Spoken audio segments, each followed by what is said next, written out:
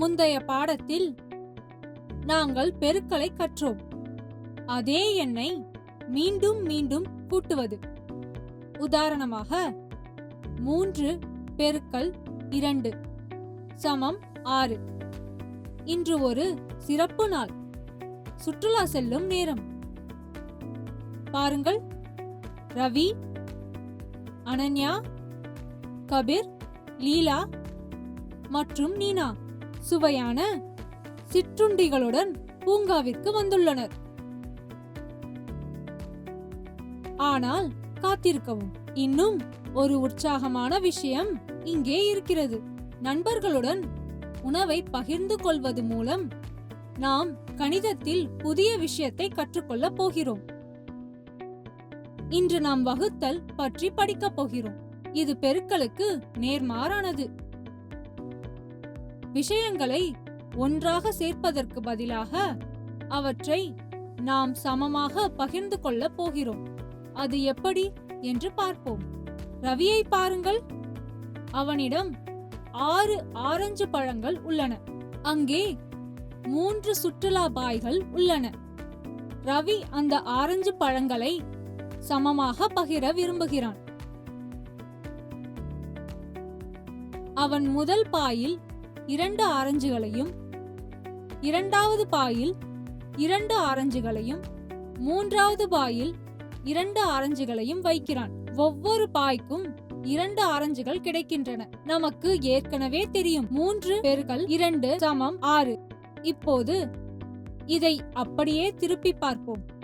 6 ஆரஞ்சுகள் வகுத்தல் 3 பாய்கள் சமம் ஒவ்வொரு பாயிலும் 2 ஆரஞ்சுகள். இதுதான் வகுத்தல். இதை நாம் இப்படி வாசிக்க வேண்டும். 6 வகுத்தல் 3 சமம் 2. எனவே நினைவில் கொள்ளுங்கள், பெருக்கல் என்பது பொருட்களை ஒன்றாக சேர்க்கிறது. வகுத்தல் என்பது பொருட்களை சமமான பாகங்களாக பிரிக்கிறது. லீலா 12 சுவையான சாண்ட்விட்சுகளை கொண்டு வந்தாள். அனைவருக்கும் சமமான எண்ணிக்கையில் கிடைப்பதை அவள் உறுதி செய்ய விரும்புகிறாள். சமமான குழுக்களை உருவாக்குவோம். அங்கே 4 பேர் இருக்கிறார்கள். 12 சாண்ட்விட்சுகளை அவர்களுக்கு எப்படி சமமாக பகிர்ந்து கொடுப்பது? முயற்சி செய்து பார்ப்போம். நாம் ஒவ்வொருவருக்கும் ஒவ்வொன்றாக 12 சாண்ட்விட்சுகளும் தீரும் வரை மீண்டும் மீண்டும் கொடுக்கிறோம். இப்போது ஒவ்வொருவருக்கும் 3 சாண்ட்விட்சுகள் கிடைக்கின்றன. அதனால் 12 வகுத்தல் 4 சமம் 3. இதன் பொருள் 12 சாண்ட்விட்சுகளை 4 பேருக்கு சமமாக பகிர்ந்தால் ஒவ்வொருவருக்கும் 3 சாண்ட்விட்சுகள் கிடைக்கும். சமமான குழுக்கள். ஈடு அனைவருக்கும் சமமாக கிடைக்கும். இப்போது அனன்யாவின் முறை. அவளிடம் 5 நண்பர்களுடன் பகிர 10 வாழைப்பழங்கள் உள்ளன. முதலில் அவள் ஒவ்வொரு நண்பருக்கும் 1 வாழைப்பழம் கொடுக்கிறாள். அது 5 வாழைப்பழம். பிறகு ஒவ்வொருவருக்கும் இன்னும் 1 வாழைப்பழம் கொடுக்கிறாள். அதனால் ஒவ்வொரு நண்பருக்கும் 2 வாழைப்பழங்கள் கிடைக்கும்.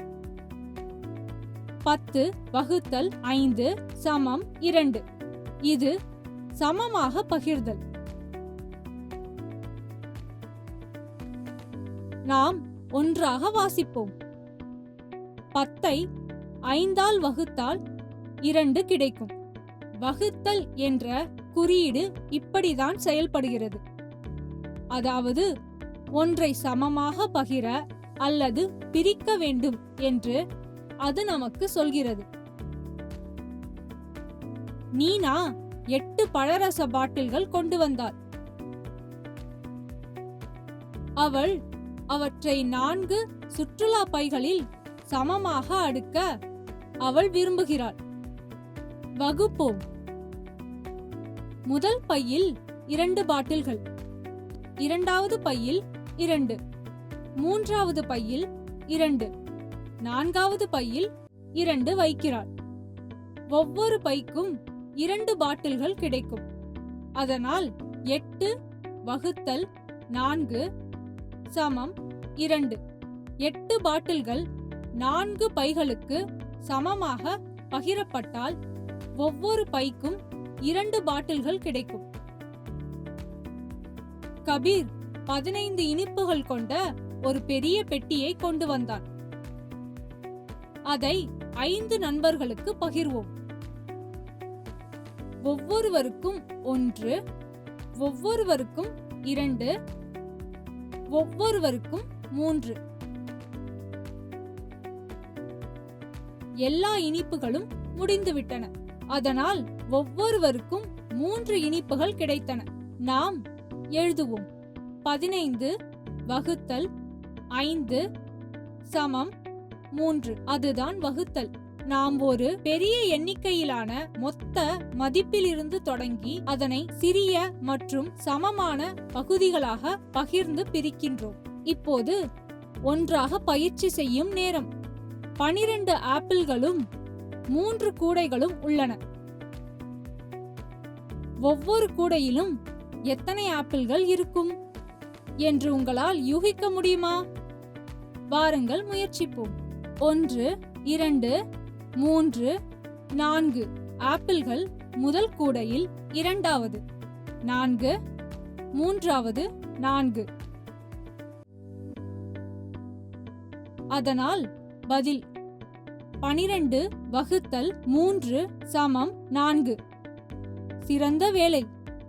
என்ன ஒரு மகிழ்ச்சியான சுற்றுலா மற்றும் அறிவார்ந்த கணித நாள்!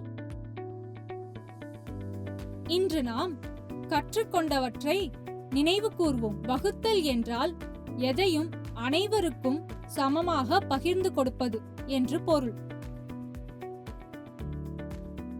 நாம் வகுக்கும் போது வகுத்தல் என்ற குறியீட்டை பயன்படுத்துகிறோம்.